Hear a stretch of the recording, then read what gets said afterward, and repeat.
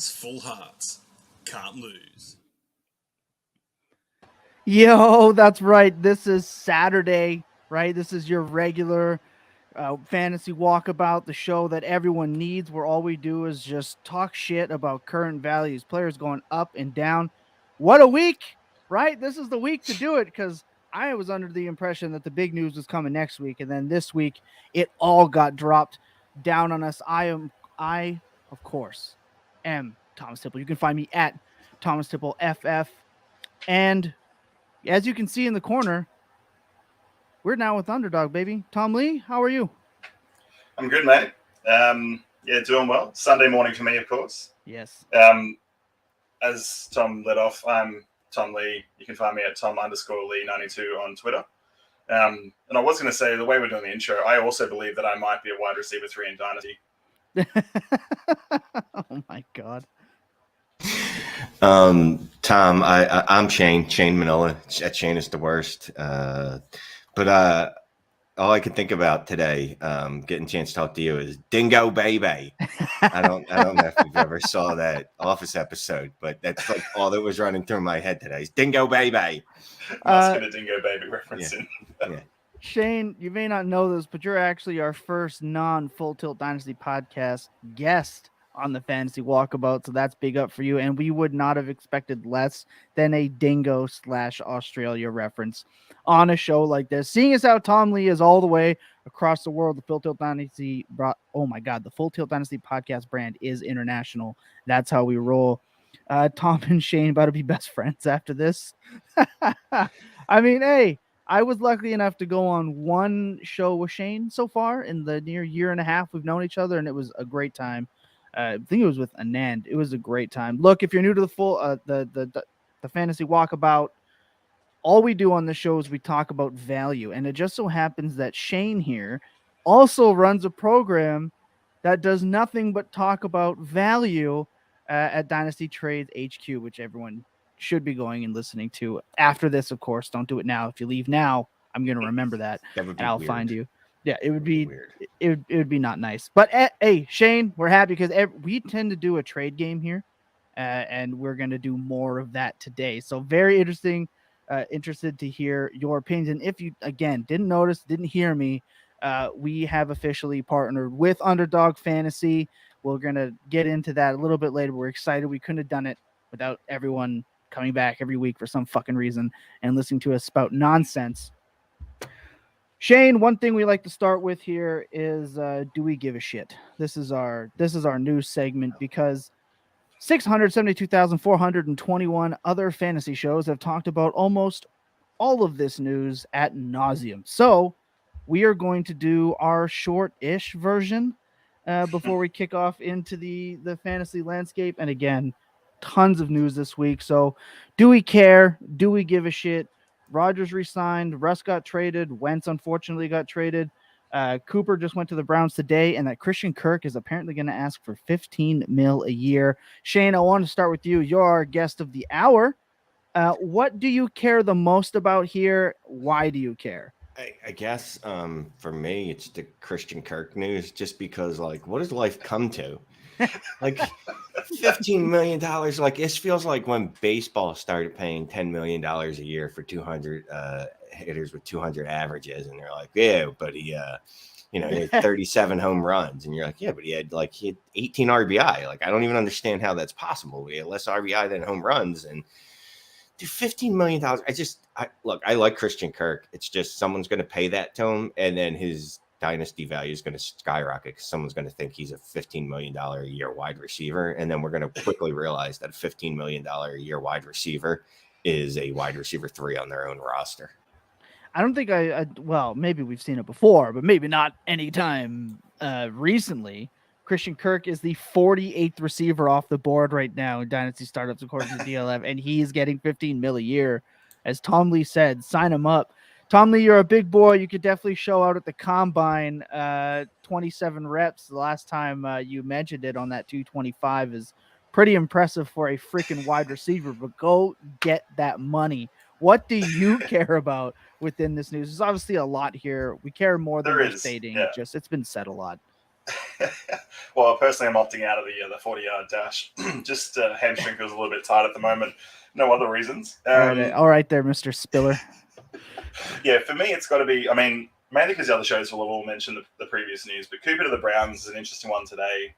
I mean, we're going to get into the value later on and what we think it changes. It is an interesting landing spot. I don't know what we all thought and where we all thought these sort of free agent wide receivers would go, but I kind of didn't expect this. I don't know if it improves or decreases his value, but it's an interesting twist in the tale of what is a very sad landscape at the Browns. So whether it brings more interest or whether it's just a bit more of the vanilla that they've been producing, we'll sort of wait and see on that. But yeah, it's been a good thing to follow today. So I had an interesting thought on that. I'm sorry, I was doing dishes earlier, so my mind was wandering. Because I don't know about you guys, but like when it's all soaped up, like rinsing it is the hard, like that takes forever. Like I just want it to be done. Yeah, I agree. Yeah. It's the worst. But if you don't rinse it well enough, you're gonna eat soap. You're getting your mouth washed out with soap. Yeah. Anyway, so I was thinking, usually we love these narratives of how this quarterback is going to make this wide receiver better. This wide receiver is going to make this quarterback better. This is like the perfect narrative of where we don't like either of them. We don't like Baker Mayfield, right? He just had Odell Beckham Jr. and that flamed. He had Jarvis Landry and that largely flamed out. Cooper is leaving Dak Prescott, who is inarguably a better quarterback than Baker Mayfield. Somehow, could these two combine their misery and turn it into some kind of like positivity where all of a sudden Cooper is this 1,400-yard receiver that we always thought he was going to be, and Baker looks like a professional quarterback like we thought he was going to be. I mean, I don't think either of those are likely. I think but the optimism is absolutely fire. But I think if you have Amari Cooper now, you can kind of spin that in that he is literally the only show in town outside of David Njoku, who they franchise tagged, who was their number one receiver last year. Browns are doing Browns things, trading for Cooper, and it wouldn't surprise me if they just don't draft a receiver in this draft and be like, don't worry, we got it. We figured it out. Amari Cooper's the guy. I just don't see how Baker could not get a very healthy and athletic, able to separate Odell Beckham, like up there in that next tier.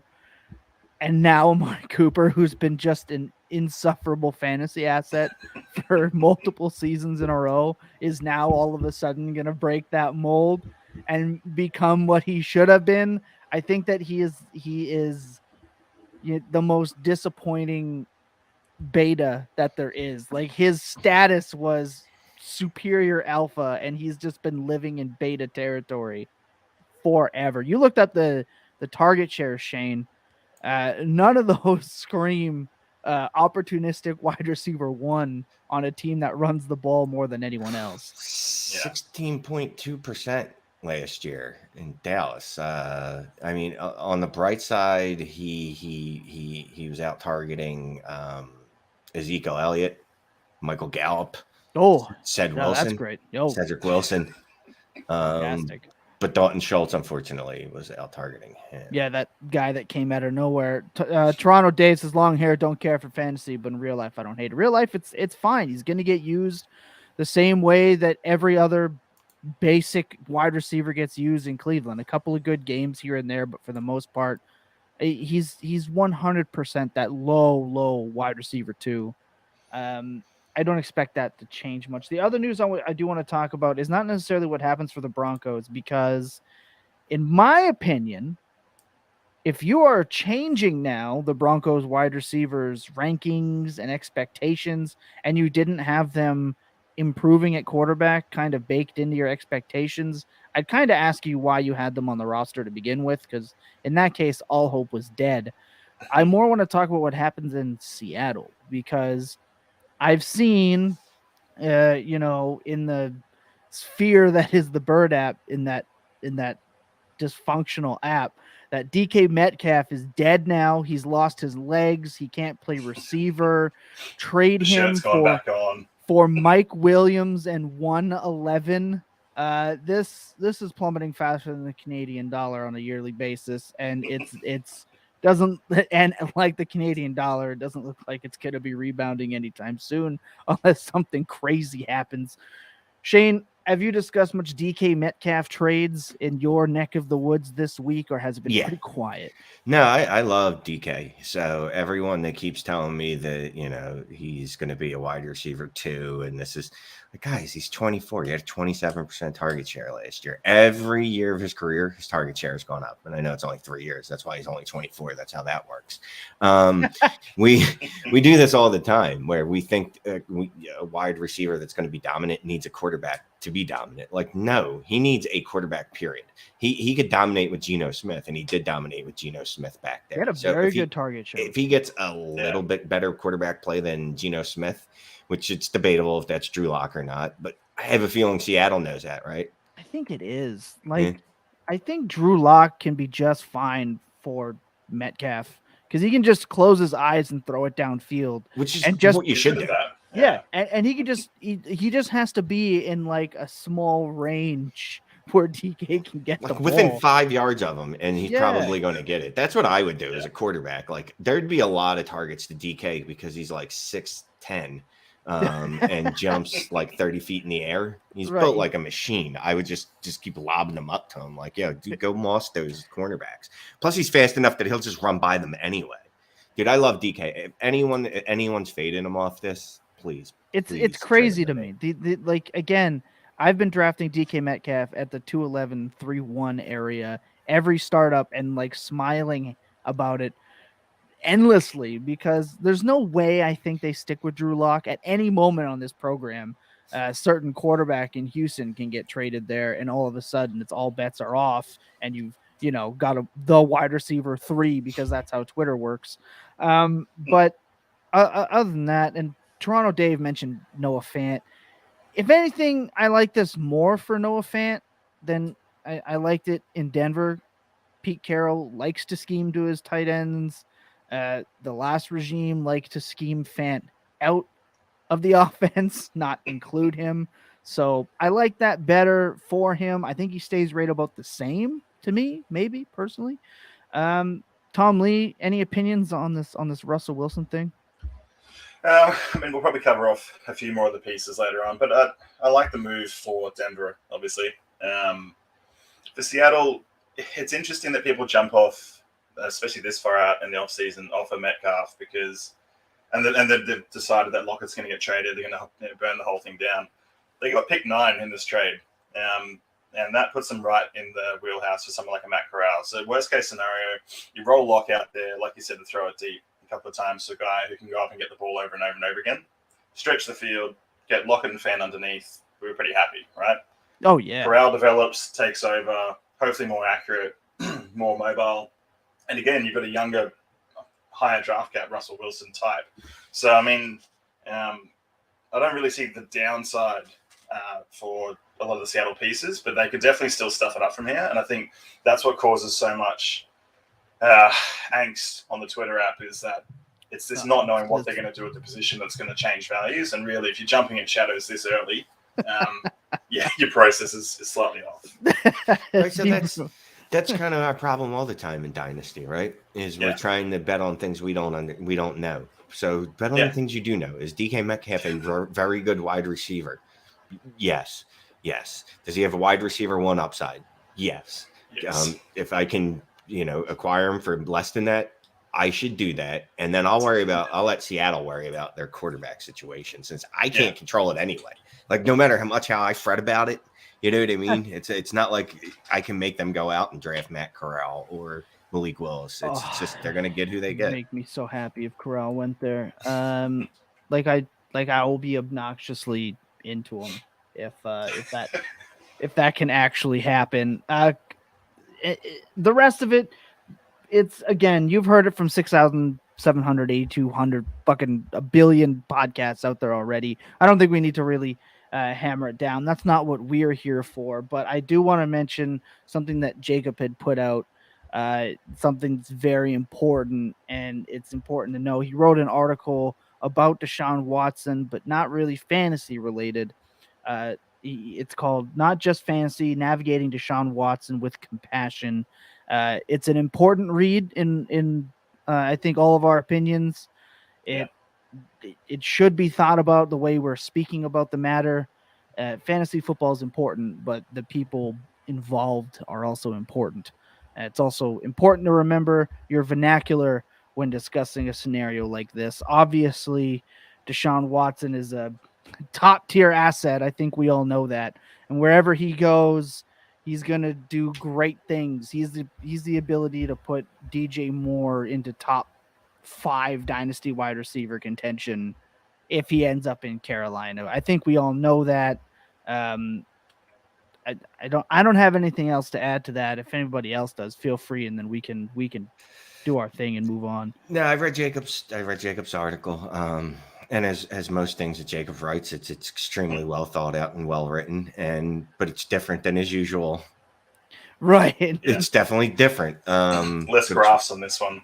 Yeah, it's well worth a read. I DM'd him after that. I'm proud of the kid for writing it. To be honest with you. Yep. And shout out to Player Profiler for greenlighting something like that. Yeah, because it's crucial, right? Yeah. That's really awesome. That Matt would let him publish that on there and get such a wide audience for it. When it's really not football related at all. To be honest with you, other than life, it's human. Yeah. And again, also super important. Look, that was Do We Give a Shit. When we come back, we're going to take a quick second, show you a highlight of our Monday show with Pat Doherty of NBC Sports Edge. It was a phenomenal show. We appreciate everyone that was there live, that's been going to YouTube, and the numbers are climbing on that episode. So please go watch, have a listen, however you need to do it. Here's a clip from that show if you did miss it, though. Enjoy. We'll be back. I tweeted what I thought was a fairly obvious joke. Where I tweeted NFL investigators. I tweeted it like the style of like a serious New York Times article. I tweeted NFL investigators did conclude that Mr. Ridley used no inside information when he bet $100,000 that Matt Ryan would take a third down red zone sack in the fourth quarter of the Falcons' Week 17 loss to the Bills. And it's gone like stratospheric on Twitter for like everyone thinking it's real.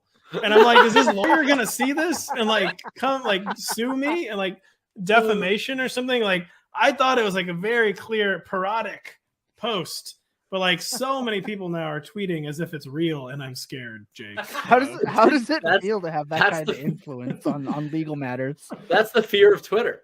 Twitter does not understand sarcasm. Really, what it comes down to here is it's actus reus and mens rea, and the mens rea was clearly sarcasm.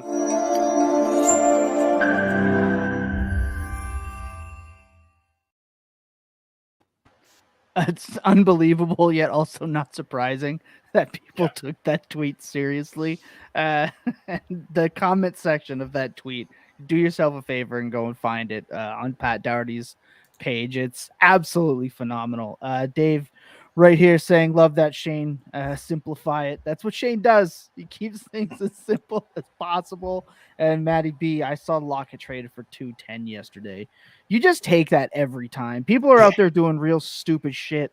Enjoy, I don't know, Justin Ross at 210 if you want to take that bet. Enjoy that. Good luck.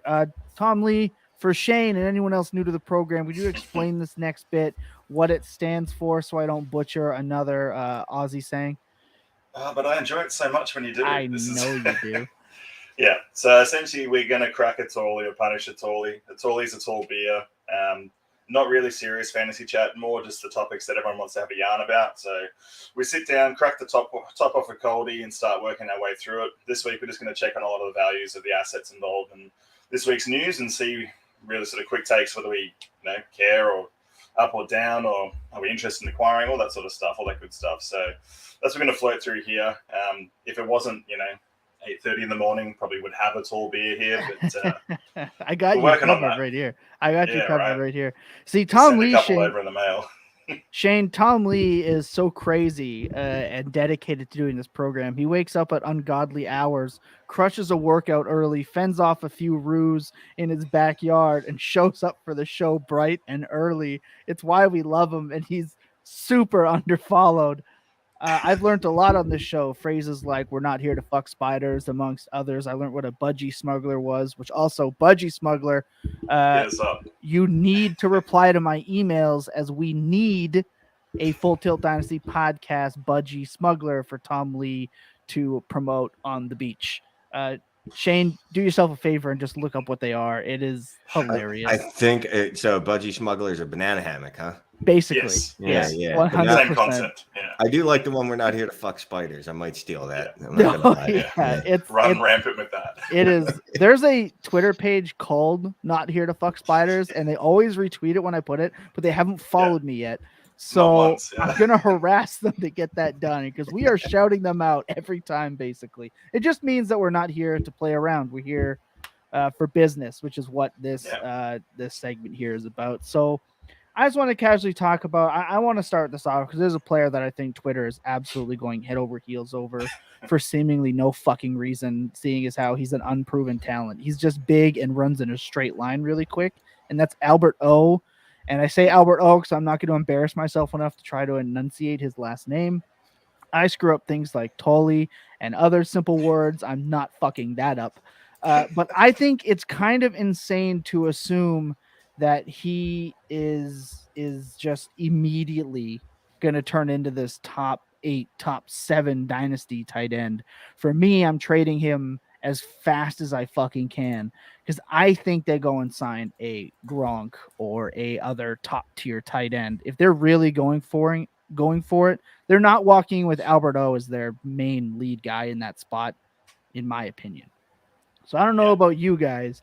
I'm selling off Albert O at the highest price I can. I'm gonna agree with you because he's just a dude.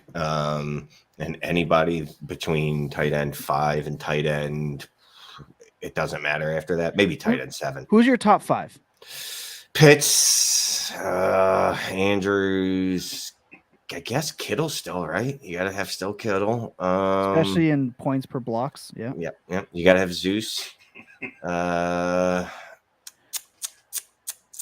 where it starts to get hairy. Then it starts. And then it's I don't. Now you start going. I don't. Is it Goddard?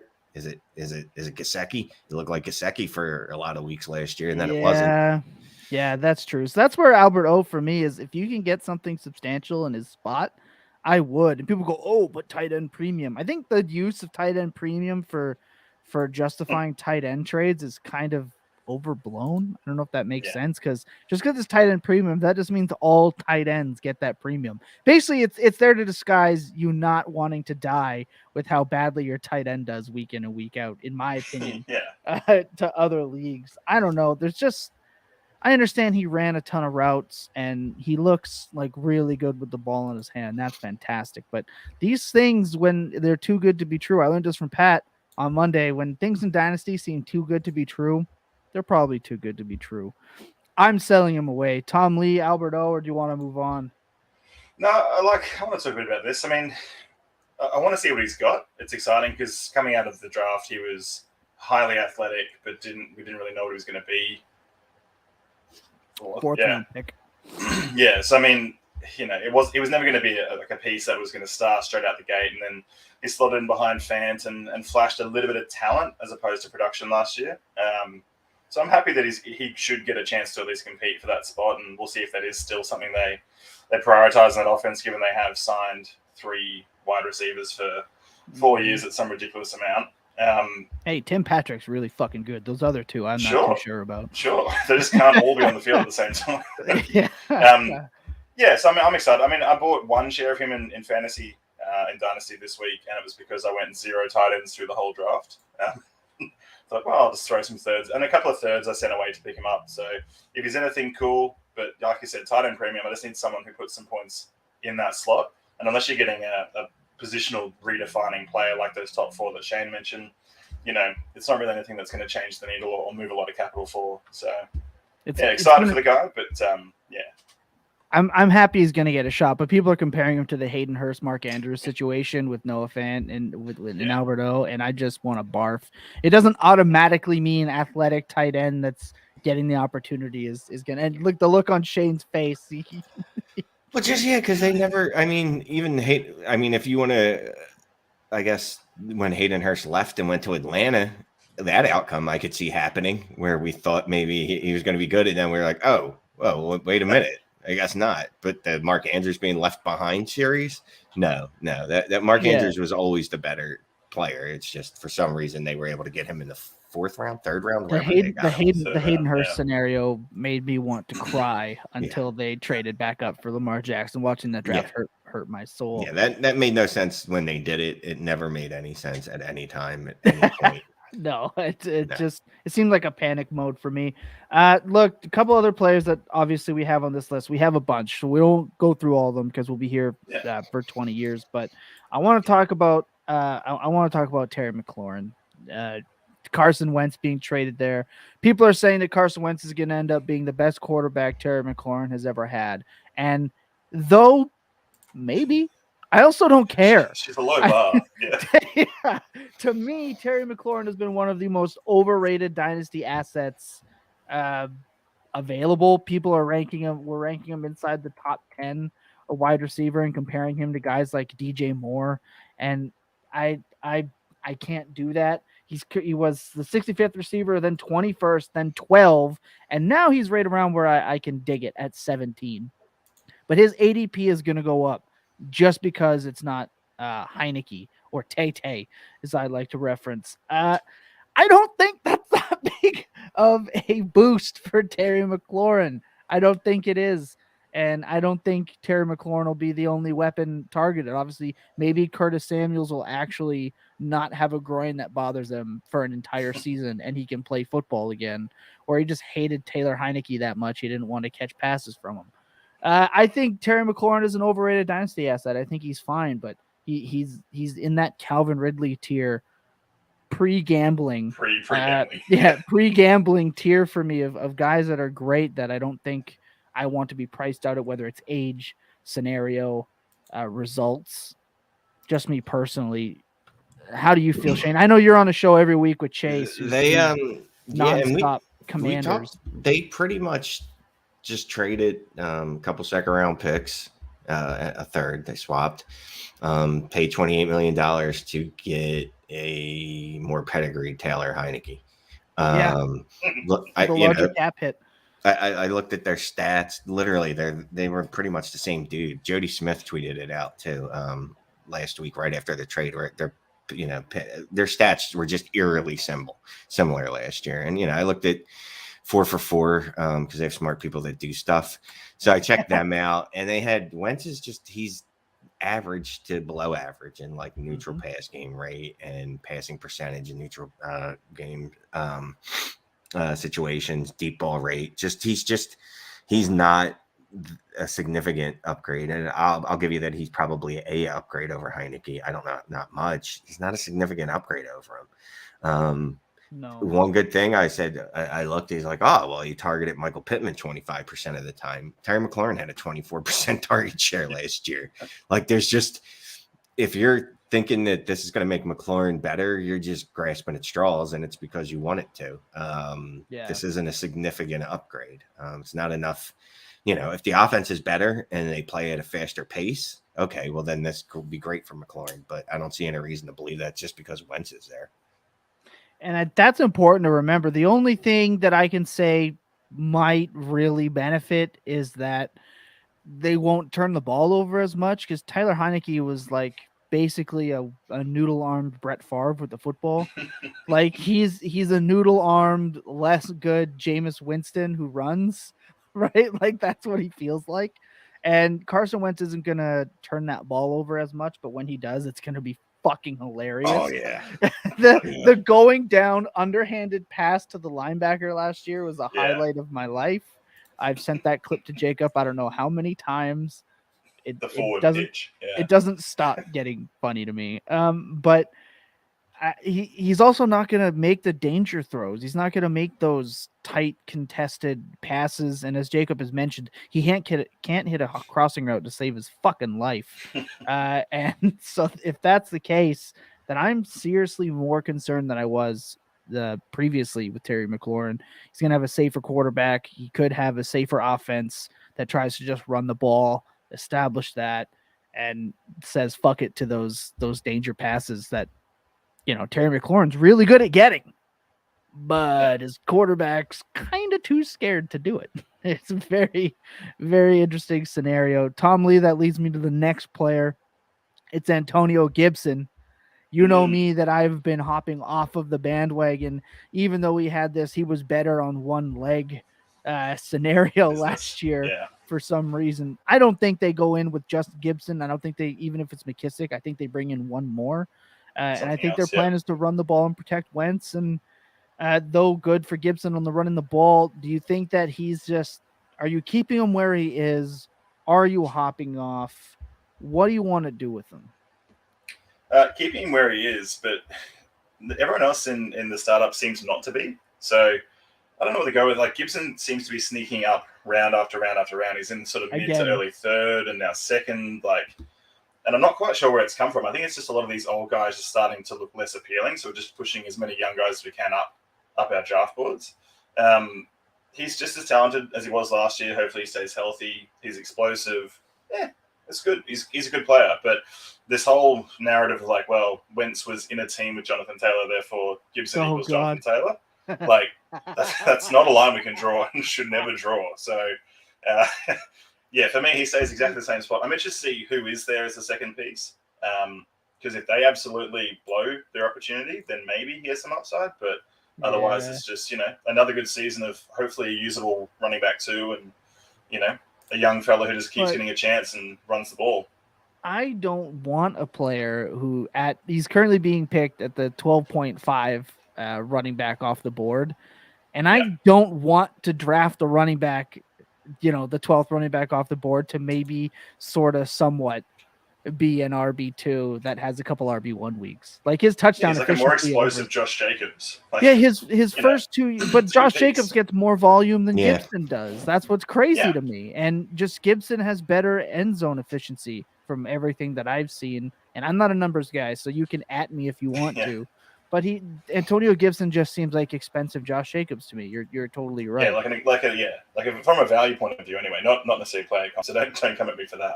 But and for what you're paying for, it's like a younger, sexier name, but it's really pretty much going to give you the same production. So and it's wild to me, Shane. I was all over Gibson last year before the season, and then the season started, and then they Washington didn't use him at all like I had hoped. And then he was injured, and then he fumbled all the time. The end of the season was fun when it looked like he was going to be a target vacuum, but that also happened when McKissick wasn't playing because he couldn't physically play. Right. So I don't know how much of that was design and how much of that was, this is just what we have. Yeah, like we have Wendell Smallwood and who was the other guy? Patterson? So, coaches do a lot of stupid shit, but when your choices are Antonio Gibson, Wendell Smallwood, or Jarrett Patterson, okay. Unless you're just super galaxy brained, you're going to be like, let's just get Gibson the ball a lot. So if they have a better option next year, and if, like you said, if it's McKissick, are they going to go back to using Gibson as a 2-down back, which makes no sense to me because, again, for the umpteenth time, I'm sure someone's brought this up before. He played wide receiver in college. I don't know if you heard that or not. Yeah. Here's the thing. I don't want any running back 12. I don't want to draft whoever the running back 12 is. Exactly. Like Nailed it. I'm pretty much like that with most positions. You know what I mean? Like I want the top 4, 5, 6 guys. And then after that, I don't know. I'll sit back and get whoever's cheaper. I love the Josh Jacobs analogy though, because Jacobs is a better player production wise, and he's not as sexy because John Gruden turned him into a 2-down thumping back. It's crazy to me. The thing with Gibson is when he's hit 20 points, it's either on the back of multiple touchdowns. So he did in week 5 against New Orleans, which is impressive. 2 touchdowns, but only 2 receptions. He did it again against Tampa Bay. Super impressive. 2 touchdowns, 2 receptions. And then the other time he hit 20 was against Vegas, where he had 6 targets for 5 receptions and a receiving touchdown. And then again against New York at the end of the year, 1 rushing touchdown, but 1 reception for 5 yards. So and 146 yards against the Giants. So he needs a lot of help to get to 20 points. And at his spot, his value being in that top 10 dynasty running back. I think when guys like Breece Hall, Spiller, and Walker get All slot in. drafted, he's immediately getting pushed out because he's that guy on the fringe, and I think he's getting pushed out, and I don't think it's going to be close. I think you're on a value landmine with Antonio Gibson, and he'll be 24 at some point next year. I think he's like just breaching that apex that everyone just He needs hates to be running performing backs at at. this age. Yeah. Yeah, he's gonna hit 24, 25. His knees just stop working. That's what I've garnered from the dynasty landscape. Maybe at that point he'll be a buy. I don't know. I'm out. Player Tom Lee, pick the next one here, buddy. Yeah, I mean, let's go with Amari Cooper, right? Let's lean into this. Yeah, this sort of shit show. It's gonna matter where you had him before, right? So where did you two have Amari Cooper before all this? Not on my rosters, preferably. Late, yeah, no, definitely not on the roster, but like late wide receiver 2, early 3. I had him at 27. Yeah, he was definitely a guy. Just thinking in terms of roster construction, I did not want him as my second wide receiver. And if I was stuck with him as like a wide receiver 3 a lot. Yeah, and you couldn't move him for an appropriate price, but yeah, you don't want him being a 2. Wide receiver 3 is not bad. If your first 2 are just absolute monsters, and then you have Cooper, and you're like, look, one of these weeks he's giving me a good week, another week he disappears because that's what happens. Or if maybe you're built really strong at the running back position, and it's like start 2 or 3. He's I don't dislike him. You know what I mean? Like if someone's saying, like we saw that with that Lockett trade earlier, if someone wants to just give him up for a second, well then here's a second, you can have it.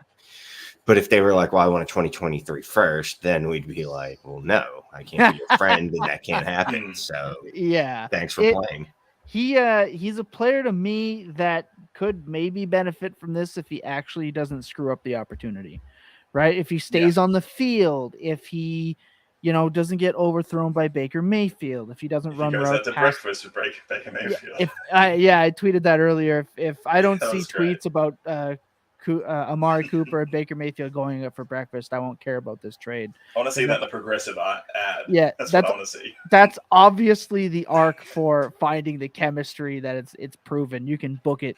So get out to breakfast. I know it's Cleveland, but there's got to be somewhere where they can have breakfast there. That's not terrible. And I don't think that he's the last receiver they bring in. They have to save their investment in Baker Mayfield or he's gone. Like, I don't know why Baker Mayfield gets a 50-year prove-it season, but it's apparent that he's going to fucking get one. I know part of it is because, he's a first-round pick white guy that throws the football, so he's going to be around probably longer than he should be, but it can't be the last guy they bring in, right? And in that case, Cooper's just going to go right back down the ranks. He has to be a sell now while you can. In my opinion, he has to be.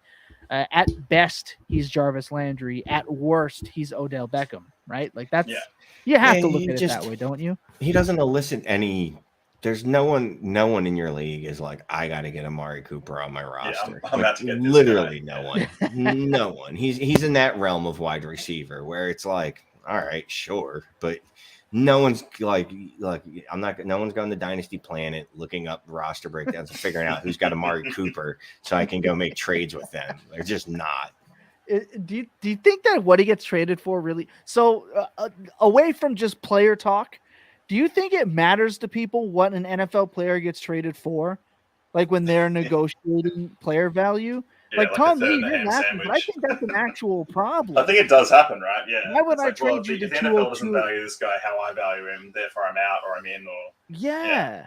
I think that's an important statement because I mean Carson Wentz was still what QB, I want to say 17 last year in points per game, but he got traded for peanuts and he's getting shit on. But that doesn't mean I'm going to trade him away for 208. And then Amari Cooper gets traded for a 5th and 6th round pick, but a lot of that I think was salary. I didn't vet this, but I think that's because of the salary cap. They're eating all of it in Cleveland. So that's obviously the incentive to move him for that. But then that doesn't mean I'm going to trade him away for 305 because the NFL doesn't value him the way he used to. And I think that influences more people than they want to friggin' admit. And I think that's kind of part of a problem. Well, I mean, look, that we put it, and we're going to say it next week. It's free agency, so we're going to put all types of stock in the who's got the highest. Like, he's the highest paid wide receiver in the league, and it's or whatever it's going to be. Well, because he's just the latest guy to sign a contract. Like that's how it kind of adult works, draft guys. I want Amari Cooper, Kenny Galladay.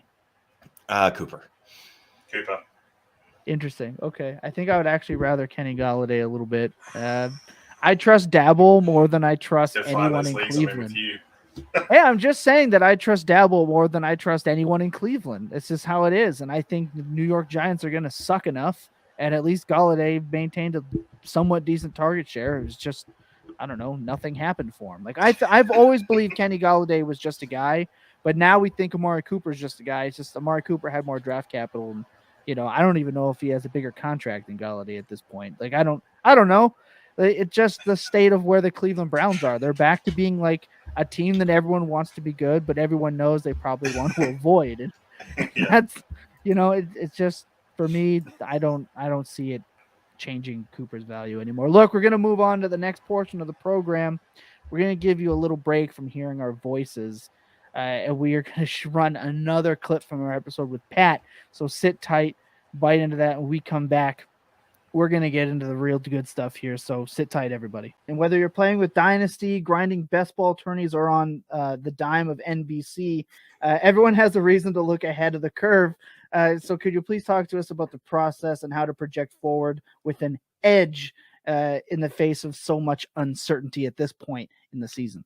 I'm playing on Calvin Ridley's dime, by the way, after he lost several bets and soon. I think Calvin Ridley is playing on your dime after that. yeah, good point. Please don't sue me, Calvin Ridley. I'm begging you. My only lawyer doesn't even have his degree yet, and is Canadian. I don't know if the law is the same here. And is on Calvin Ridley's side. Yeah, exactly. And he's on your side, so that's a real problem.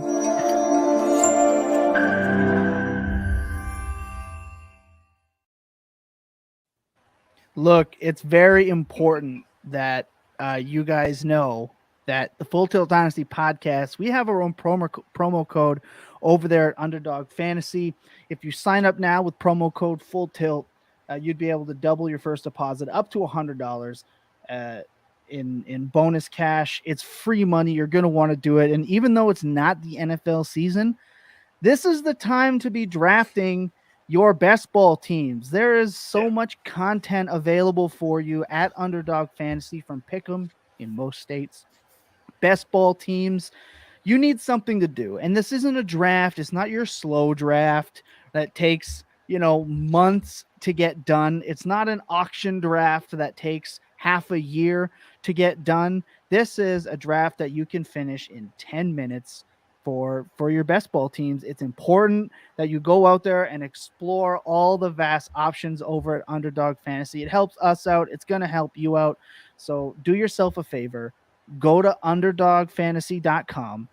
If you haven't played yet, put that promo code Full Tilt when you sign up, and we will double your money. It's something you're going to want to do. I highly, highly suggest and plead for you to go and do that. Guys, Shane, you're new to the show. This is going to be your first foray. Oh my God, I'm not going to try to say it anymore. There's been a couple of these involved. My first four-way. I mean, hey, you. I don't know. Let's get Jacob in here. Tom Lee, can you explain for Shane while I try to gather my thoughts? Can you give it a crack and just pronounce this week, Tom? To see how we go. I can't do it. This is the hard yacha. Yeah, that's fine. I mean, there's a little bit of sort of a. I can't. Yiddish. I can't do it the way you do it. I can't. Australians have butchered the way an A is enunciated. How do you expect me to learn that right away? Yeah. There's a big Yiddish community down under. No. Yeah, heavy. No, so this is the hard yakka. Essentially just means the hard work, the blue collar stuff, get out in the fields, do the work that everyone should be doing that we're so often not. So it's sort of grinding through a bit of fantasy and dynasty process. For us today, we're going to look at the rookie pick values. So we know free agency is coming up. We'll have the pro days and as well the draft coming up as well. So the spotlight's going to go to these picks pretty quickly. A lot of them are getting moved around already. So we just wanted to sort of slow down, check in where the values are with each of these pieces, and play a little trade game as we like to do on the show and talk through with one of our trade specialists and Shane, how we're going to move these picks or acquire them or what we're going to do with them as we go along.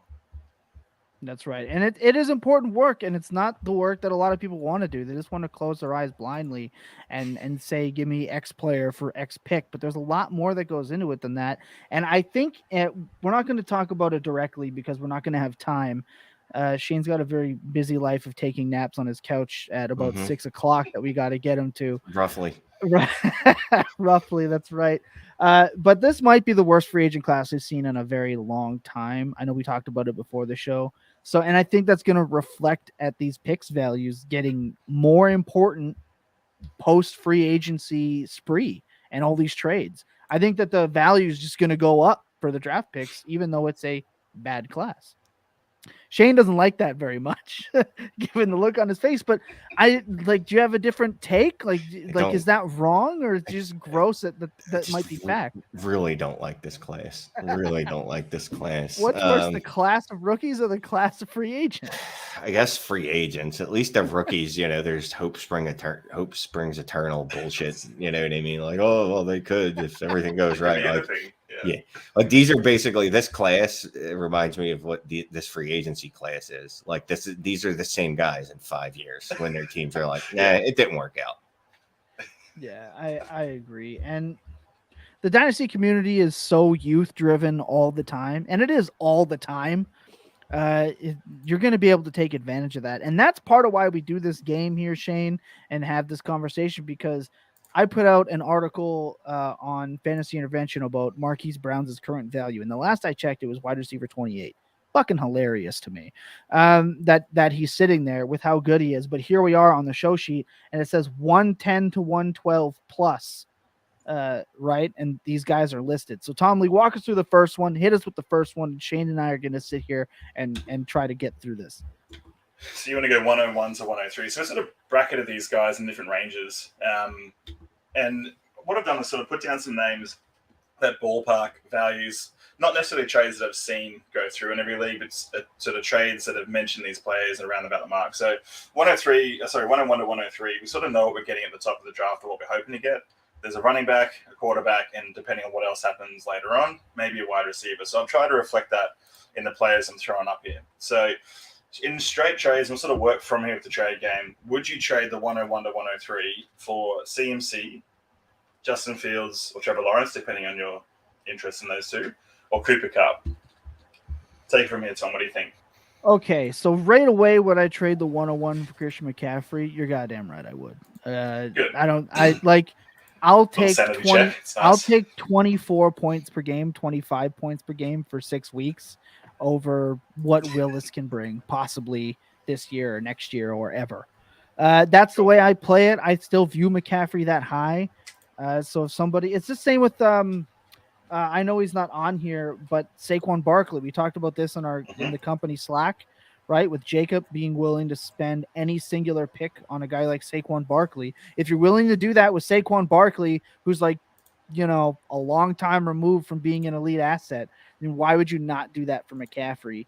In my opinion, the guy when he's on the field is still elite tier. Hell, Shane and I last year, while he was live on a show, worked to trade out for Christian McCaffrey while he was live, and I still don't hate that deal now. And for me, McCaffrey between the 101 and the 103, sure. I am not trading that for Justin Fields or Trevor Lawrence.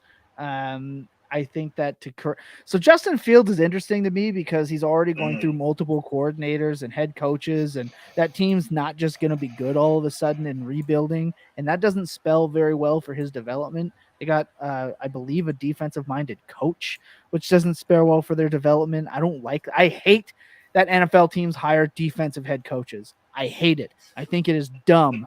It's quite clearly you're able to replace a defensive coordinator more than you are an offensive coordinator. That's why they're scouted as head coaches more often. But I digress. It's the Bears. And then you got Cooper Kupp. We know that Cooper Kupp was our favorite player last year. Tom Lee and I both touted him as our favorite true value, getting him in the 6th and 7th round when he could produce like a first rounder. That's what our true value means, Shane. Getting him, below what he'll actually play as. So yeah, the 101, the 103 for McCaffrey. The other guys, I would need a plus to to really have someone make that deal with me. I'd need something plus on Fields and a big plus on Cup, because I know that Cooper Kupp moved up in like the top 7 in wide receivers in Dynasty, and I can't fucking do that.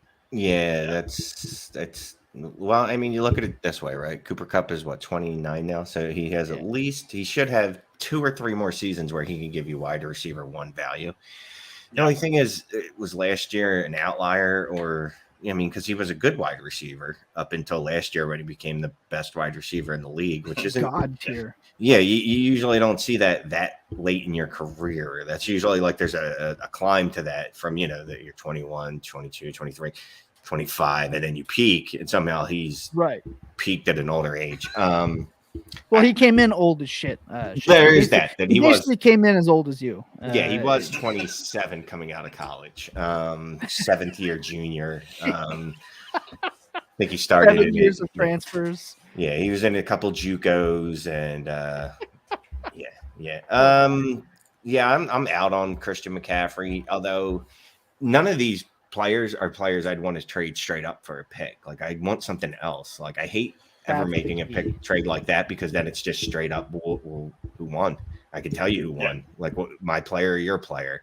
Right. So what would you look for in this situation? So if you're looking to acquire the 101 or you're looking to send it away, what sort of deal are you looking for? Because we know the sort of structures we like to go with, but it's interesting to hear someone else who's heavily involved in the trade market and sort of see what their approach should be.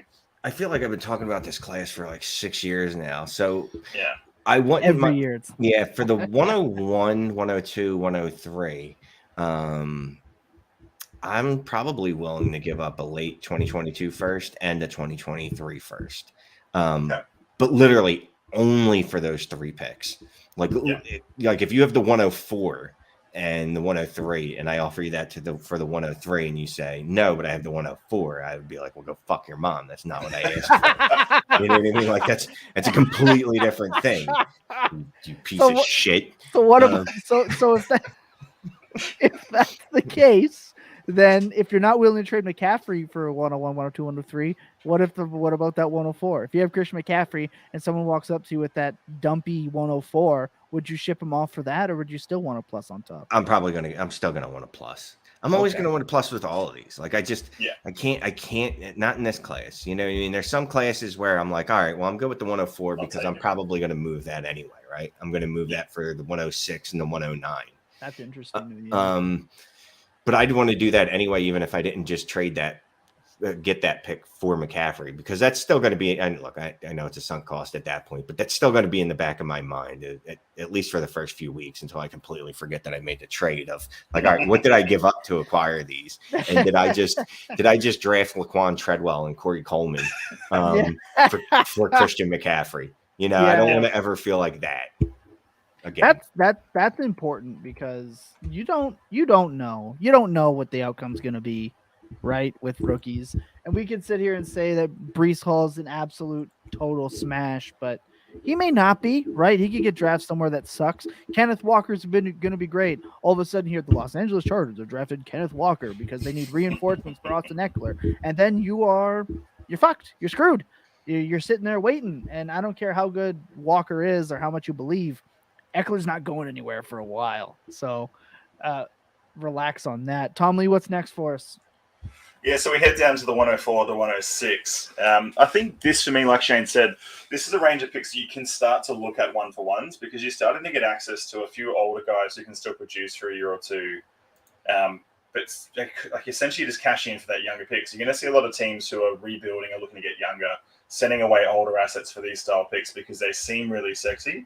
But realistically with this class, the 104 through 112 could end up being the same guy unless someone absolutely hammers it out with draft capital and this amazing landing spot. So for me, this is where it starts to get interesting. We can even really push all of these picks from 104 through to 112 together, because you start to talk about, well, what are we looking for in terms of value? Am I looking to, like Shane said before, am I looking to trade back and add something else to it? Is it worth it in this range? Is that a strategy we should be looking into?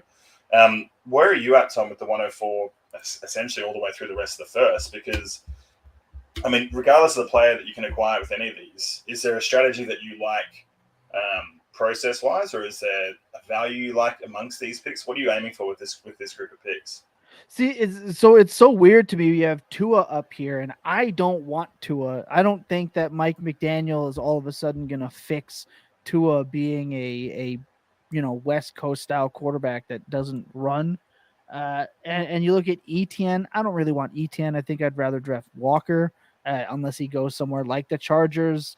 And then I don't want Godwin. I feel like he's horrifically overvalued, but I kind of also do want Stephon Diggs, and you have them all listed around the same spot. Like Shane said, it's hard to do a 1-for-1, but for the sake of the game, I think I draw the line at Elijah Mitchell, in the 107, 109 range. I love Elijah Mitchell. He was on a ton of my rosters because I, out of spite, drafted him over drafting Trey Sermon, just out of spite for seeing Sermon go at 201 in a lot of drafts last year.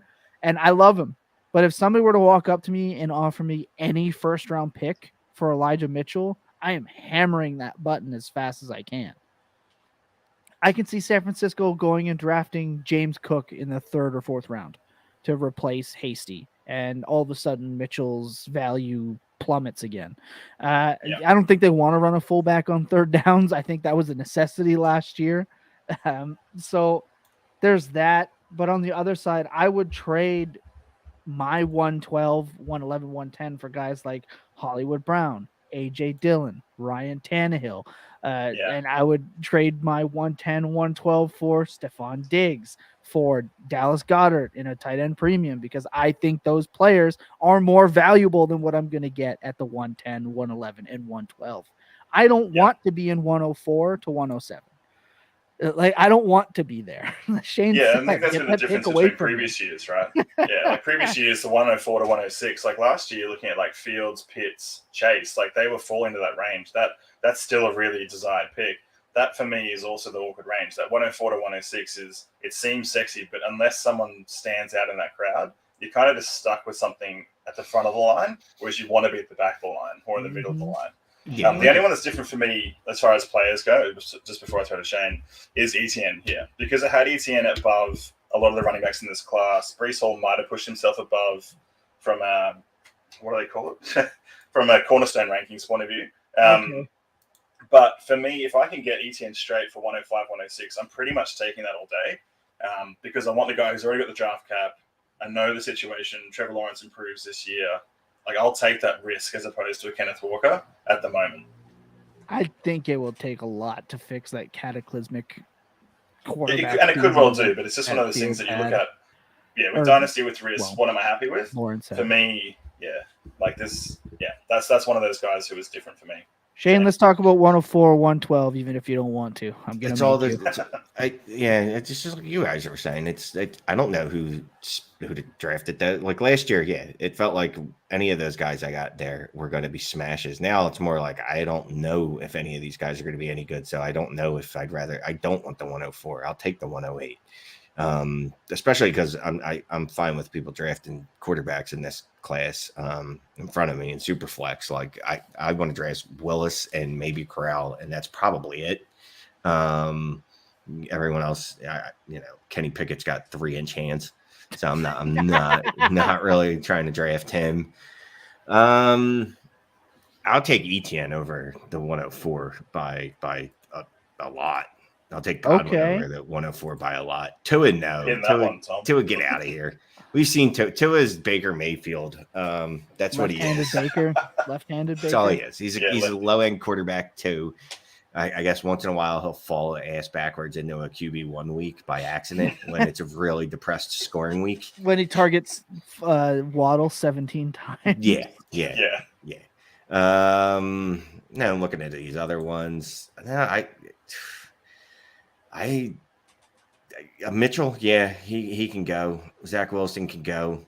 Dallas Goedert can probably go too. Okay. So have you got a list of guys, Shane, who you would be looking to buy with these picks? Like, because again, if you're not sure about the class, like, what are you looking to cash them in for? So if you've got say like 106 through 112 and you're going shopping, what does Shane Manilla start looking for on the market? What's he after? I'm just looking for guys I'm re-rolling on, right? Guys that are 27, 28 at wide receiver that maybe like an Amari Cooper that I thought were going to be wide receiver ones.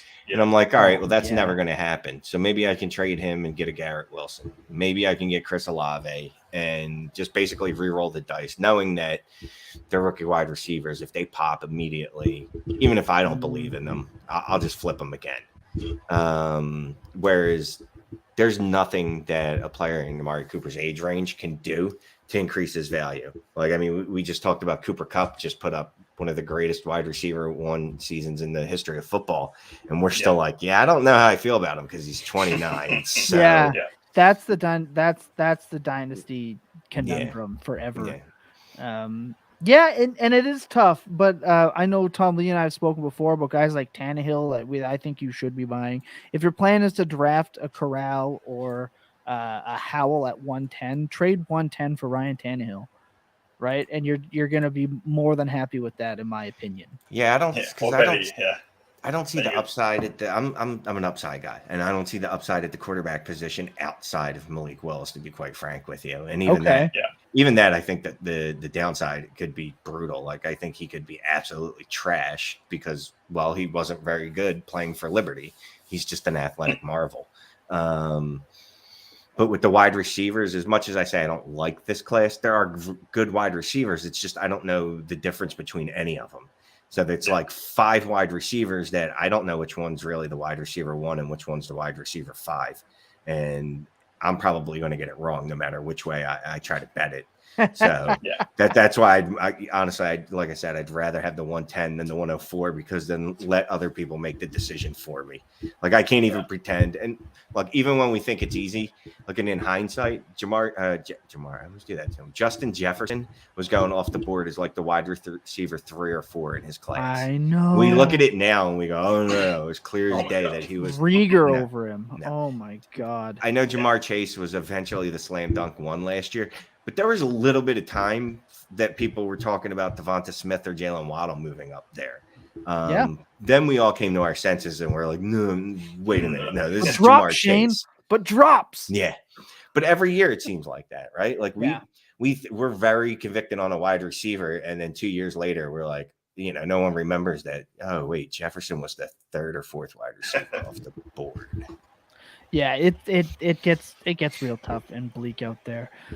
Look, we're gonna take one more break, then we come back. We're gonna get Shane's opinions on trading in Dynasty, period, because I would love to hear it, and then we'll get out of your hair for the Saturday and let everyone get on with either drinking like a delinquent or, like Shane, taking their mid-afternoon naps. The example would be if, for instance, we were having a show with like a really esteemed guest, like, I don't know, like Patrick Doherty, for instance. And then like every time Billy opened his mouth, he like had some sort of like Tourette's where he just said something either like deeply offensive or like wrong, or his like internet stopped working. And yet like I just continued to pitch like segments to Billy over and over again, despite him like actively tanking the show. Why did I become the awful one? Billy's catching a bullet. This is not happening. I'm just saying, like, if it were, and I continued to like pitch you, like, I feel like the audience would be like, oh, you know what? Like, Billy almost ruined that show today, but like they kept giving him segments. Like, I guess he's fine. He's not in jeopardy of leaving the podcast. And that's kind of what Sean McVay did with Cam. Like, it was just like, I have your back, buddy. Like, it was like my like fetish for Cam Akers, like, clearly is more valuable to me than a Super Bowl.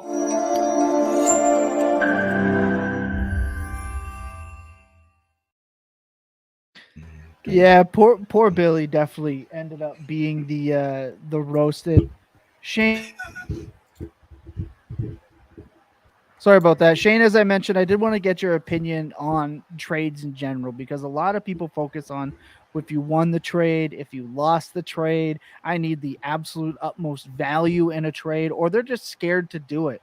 I know that sometimes talking trades for people is one of the most nauseating experiences possible. It's something Tom Lee and I discuss on a weekly basis. We even earlier in the offseason were doing bits of role playing on how to deal with certain, draft trade inquisitors where they're, okay, you tell me what you value them because I'm not going to make a move first because I need to not make the first, offer. I'll never make the first offer. Or someone asks you what do you want for that player, and then you tell them, and then they send you the complete fucking opposite of that, and then get mad at you about it. How do you approach trade scenarios? You're a very upfront individual. You're not afraid to speak your mind. How do you handle just trading in Dynasty? Because it can be a serious nightmare. Yeah, I find that I initiate a lot of offers, right? I honestly don't have a lot of back and forth conversation about trades because, like most people, I don't want to give up too much information. Like, I'm already giving you information by making a trade offer to you. If you can't discern what that information is, well, I'm sorry, you're a fucking idiot. You know, and you probably don't catch when your wife is, you know, just throwing you a little sly suggestions that you don't catch either. Little jab. Yeah, like you don't notice that, like, she's mad at you. You're like, I can't tell, and all your friends are like, dude, no, she's pissed, and you're like, seems fine to me. Go golfing. All right, we tee off in an hour. Yeah. That said, if someone wants to talk a little bit, fine. But once you start getting into well, tell me how you value them, I'm not going to do that because I'm not going to give you even more information about the rest of the players on my roster. When I make offers, I usually don't purposely send out bad offers. I will send out offers where I'm trying to take advantage of people. I have no problem saying that. Yeah. Lie. You gotta lie. Yeah. And I'm no different than anyone else. Like, someone's trending and I think they're hot, I'm like, all right, well, I'm going to try to sell this hot person. Yeah. It's what I'm going to do. I trade so much that I think most of my trades just kind of happen. Like, honestly, it's just people send offers and I accept it or I reject it, and I immediately, counter with what I want. I don't usually budge a lot.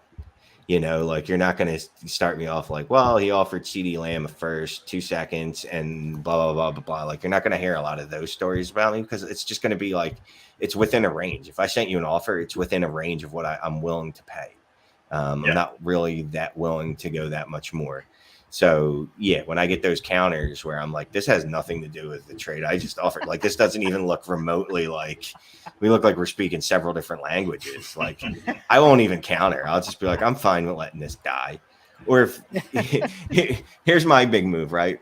If I ever say this to you, the trade negotiations are dead, and I just didn't feel like telling you. But if like you DM me and you're like, hey, let me know what you want, and I'm like, oh yeah, I'll take a look at it later. I'm never getting back. You're done. That's it. I gotta check to see if you said that to me or not. Because I'm all about action. So if I wanted, I would have already gone back in and looked, and said, all right, this is what I'm willing to do. Generally, I'm not going to have to sit down with a spreadsheet and go to several calculators. Consult 18 of my friends. You know what I mean? Like, you don't go Jacob X equals Y and Z for the square root of player X. Get the whiteboard out, start scribbling away. I'm also wildly open in all of my chats, all my leagues, though, so people kind of know, what I'm looking for. They kind of already know, like, all right, Shane's not really high on wide receivers outside the top 6. All right, Shane doesn't like any running backs. All right, Shane likes 6 quarterbacks. Like, after that, everybody is just a dude, and I'm willing to trade anyone, Fair. And then obviously there's players I get crushes on, like DJ Moore. So people always send me DJ Moore offers, and I'm like, guys, I have him on 90% of my rosters. Like, I'm not going to own him everywhere. No. More. I would need him more. One last question, because we're hitting hour 10. I don't want to keep you. What is your favorite type of trade? Individual, do you like the no counter bro, or the I'm interested in this player and then never sending another response? Like, what is your favorite type of trader? I hate that fucking guy, by the way. Like, hey, I'm interested in tell me what you want. No, it's like if we were playing poker, you wouldn't come to me and be like, hey, I think I have a good hand, but what do you have? You know what I mean? Like, but somehow I'm trading. Like, it's the same thing. Dude, this is still strategy. Like, even if I've definitely got 1 ace, but what do you have? Yeah. I like people that just send the offer. And honestly, if we never talk, it's just like sex. If we never talk, but we get it done, it's fucking perfect. You know what I mean? Like, just perfect. Like, we just know where Capture things that, are dog. sliding into each other. Like, they just fit. You know what I mean? It just kind of happens. I don't need.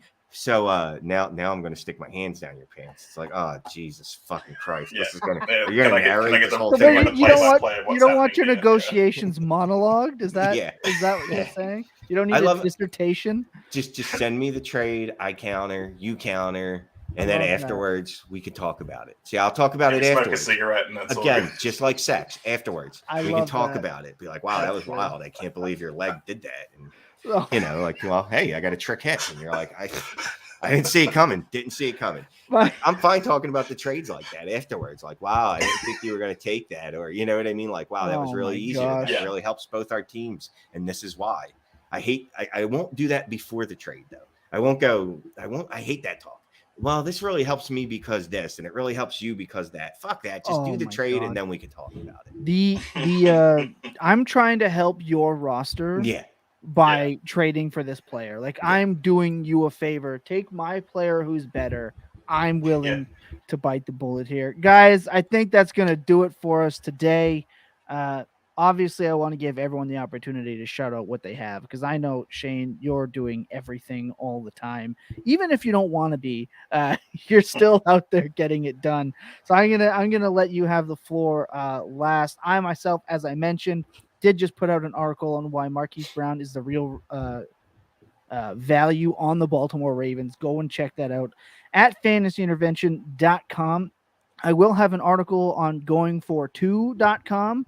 It'll be my first release there about why Trey Lance is the 2022 breakout that you should be buying into if you bought into Lamar Jackson and Jalen Hurts. There's no reason to ignore Trey Lance. And then, of course, on podcast for this week, we have Ben Gretsch coming on. So we have Austin Gale coming on the show. Just absolute banger of guests, and it's just going to continue. We have Josh Larkey the week after that. We just have a ton of stuff coming out for the Full Tilt Squad. So all stuff you're going to want to check out, and I'll know if you didn't.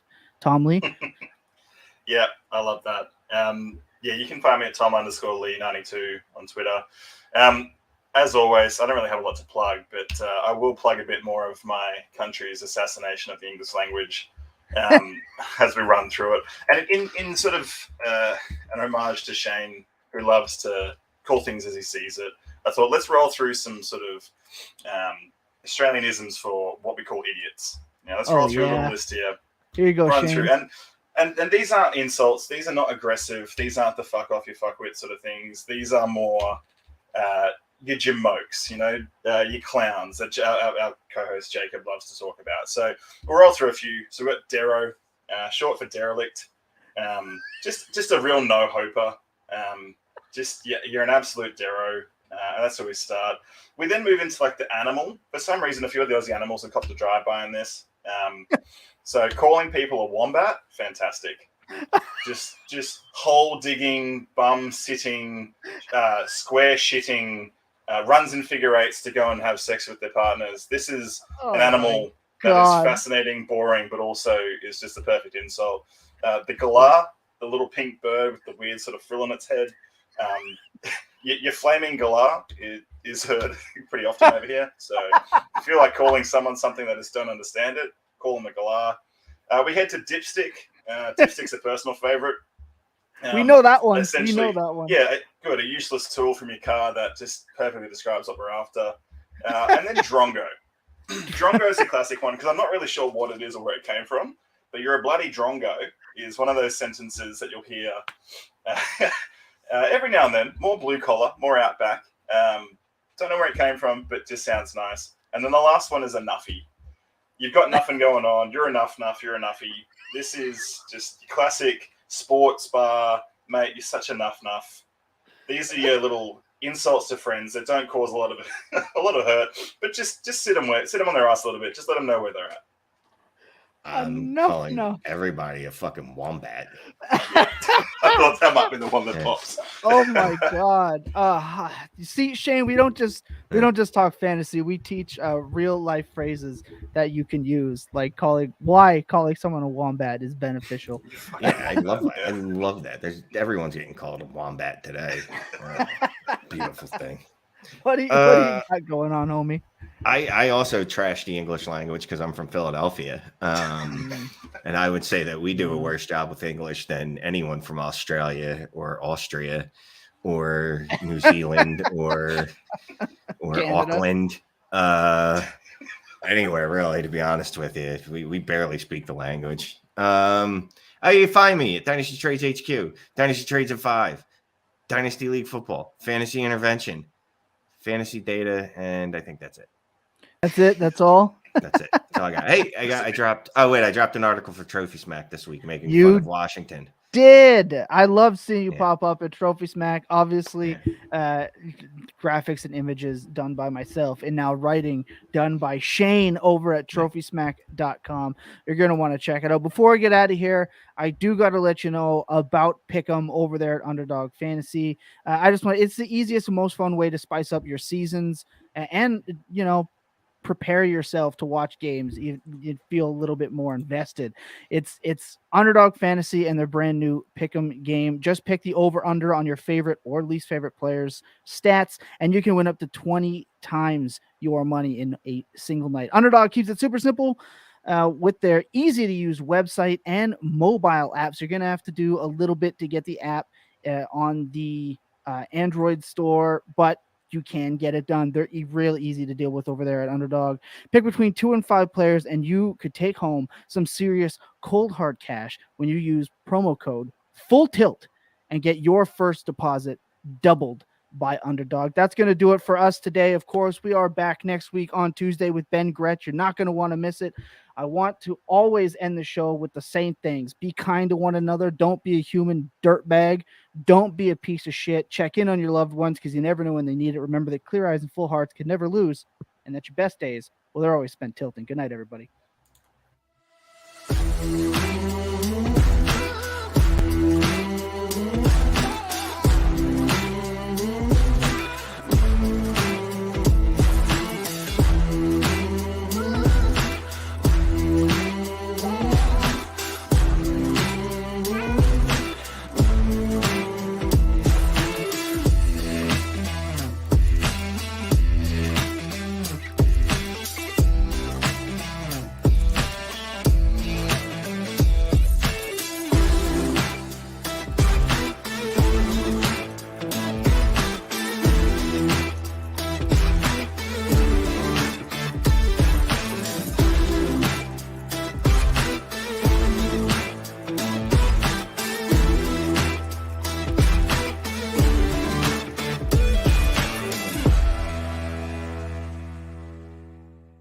Clear eyes, full hearts. Can't lose.